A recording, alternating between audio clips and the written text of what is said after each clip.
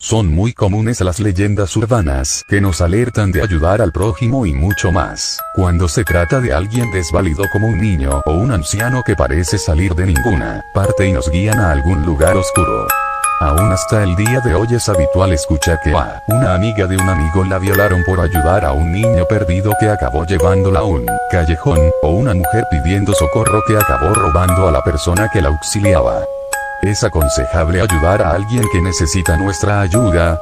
Nuestro instinto nos dice que debemos ayudarnos los unos a los otros, pero, a veces, sin saberlo, nos podemos poner en peligro o caer en una trampa. La Segunda Guerra Mundial había acabado, pero el daño que habían causado los alemanes durante la ocupación y, sobre todo, durante su repliegue tras perder la batalla de Normandía, había dejado al pueblo francés en la más absoluta miseria. Con muchos de sus cultivos incendiados y casi sin ganadería, comer se había convertido en un privilegio al que solo unos pocos podían aspirar. En medio de este caos, acceder a un trozo de carne o un pan era casi imposible, y solo en el mercado negro se podía conseguir un alimento fresco que llevarse a la boca. Por supuesto, sus desmesurados precios eran controlados por un grupo de gente sin escrúpulos, que eran capaces de ver morir de hambre a sus compatriotas con tal de aumentar su fortuna. No es, por eso, extraño que se pagaran relojes de oro, joyas heredadas generación tras generación u obras de arte por un simple mendrugo de pan. Monique, la protagonista de esta historia, no era ajena a la situación. Durante la ocupación se había visto obligada a ofrecer sus encantos femeninos a los soldados alemanes para poder comer. Por este motivo, entre una multitud de gente casi famélica, por un hambre prolongada durante meses, si no años, Monique destacaba por su lozanía y por tener algún kilito de más, algo totalmente inusual y que la hacía verse más atractiva que la mayoría de las mujeres de su edad. Monique sabía que esa era su mejor arma para seguir consiguiendo comida, pero la situación se había vuelto tan tensa que ya nadie parecía requerir sus servicios. Preferían comer que su compañía. Un poco angustiada por el hambre, que por primera vez empezaba a sufrir desde que comenzó el conflicto, recorría el mercado buscando a alguien a quien pudiera convencer para que le diera una pieza de fruta o un trozo de pan. Algo de carne era impensable, ya que el único puesto que aún la despachaba tenía unos precios prohibitivos y sus distribuidores parecían inmunes a sus encantos. En una mañana nublada, mientras miraba con la boca hecha agua como fileteaban un trozo de carne para un señor que había ofrecido como pago un collar de oro, un viejecito cayó casi a sus pies. La turba de gente que se agolpaba junto al puesto de carne había empujado al anciano, quien había recibido un fuerte golpe en la cadera y parecía no poder levantarse. Tal vez la moral de Monique no fuera la más adecuada, pero, sin duda la chica tenía un gran corazón. Se agachó junto al pobre hombre para ayudarlo a levantarse. El viejecito, con un dolor inmenso, le dijo: «Muchacha, sácame de aquí antes de que me pisoteen». Monique guió al hombre hasta unas escaleras que habían cerca, en la entrada de un edificio. «Muchas gracias por tu ayuda, jovencita, parece que el hambre le hace olvidar a la gente el respeto por sus mayores», dijo mirando con arrogancia el montón de gente reunida en la carnicería. «Esto es un verdadero caos», dijo Monique. «No debería acercarse a ese maldito puesto de carne, las personas se vuelven como animales cuando empiezan las pujas». «Pero si no me hubiera acercado, no hubiera conseguido esto», dijo el anciano mostrando un paquete envuelto en papel de cocina, atado con un trozo de hilo de alpillera. Olía a carne. El anciano lo abrió un poco y se pudo apreciar que era carne molida, 1 kilo aproximadamente. Los ojos de Monique se abrieron como platos, no había visto la carne tan cerca en semanas. «¿Cómo te llamas, jovencita?», dijo el anciano. Monique miraba con recelo ese paquete, que hasta podría perforar el grueso papel con sus ojos. «Monique», dijo sin apartar su mirada de la carne. «Hagamos un trato, Monique», dijo el viejo, que sabía que la chica había picado su anzuelo.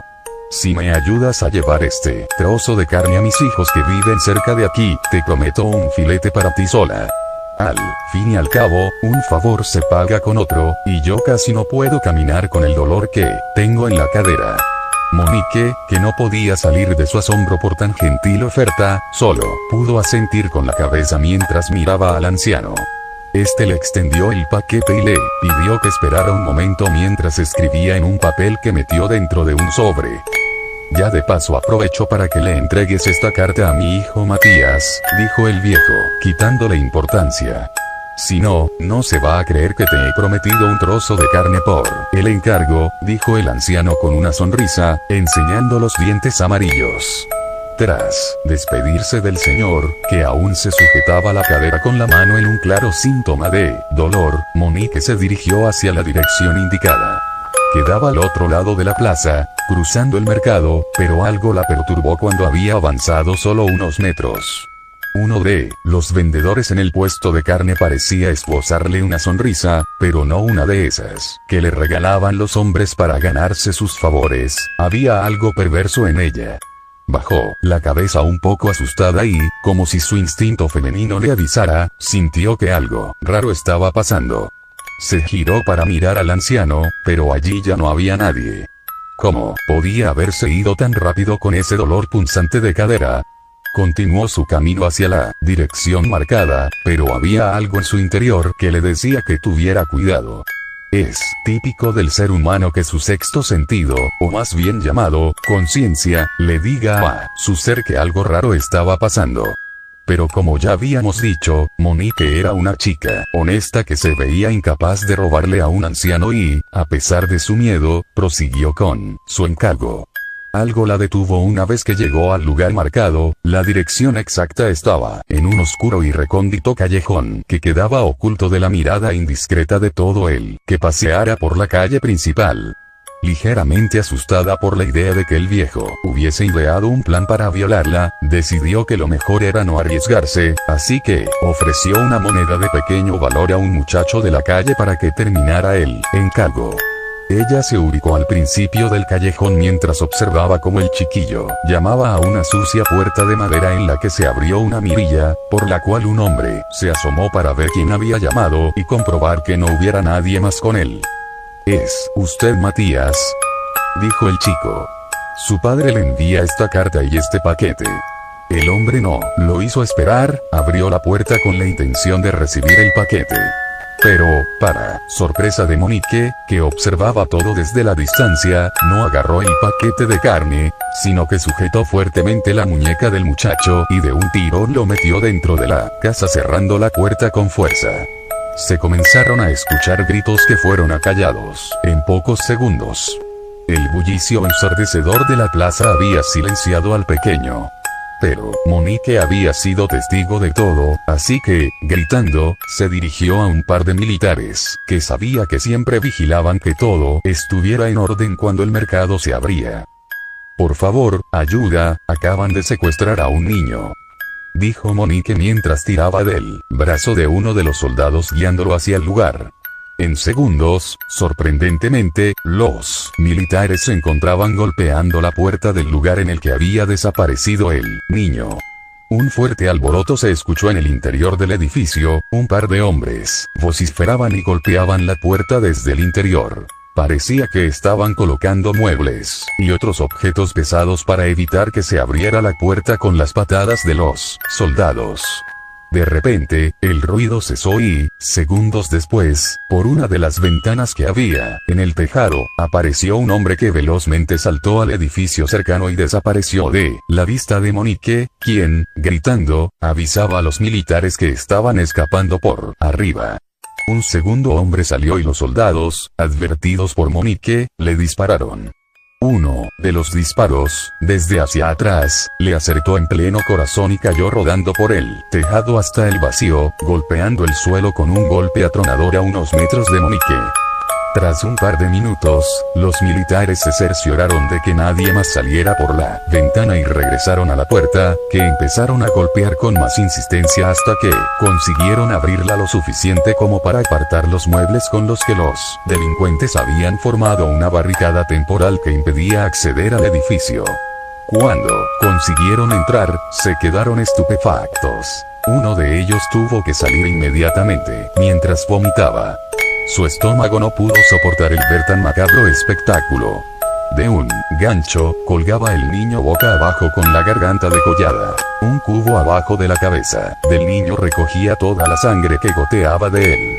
A escasos metros había una mesa que parecía usarse para separar la carne del hueso, y donde se podían ver restos humanos como pies, manos y una cabeza. Junto a unos cuchillos ensangrentados, habían varios montones de carne humana que ya estaba lista para ser empaquetada. Mientras, Monique, ajena al matadero humano que habían visto los militares, se acercó al hombre abatido por los disparos. Al mirarlo más de cerca lo reconoció como uno de los hombres que despachaban carne en el mercado. Pero lo que más le llamó la atención fue que de uno de sus bolsillos asomaba el sobre que le había entregado el anciano. La mujer se agachó y, tras recogerlo, decidió abrirlo. En su interior encontró escrito lo siguiente: Monique avisó a los soldados que esta carne provenía de la carnicería que estaba en el mercado. Cuando llegaron ahí, no había rastro ni de los hombres ni de la carnicería.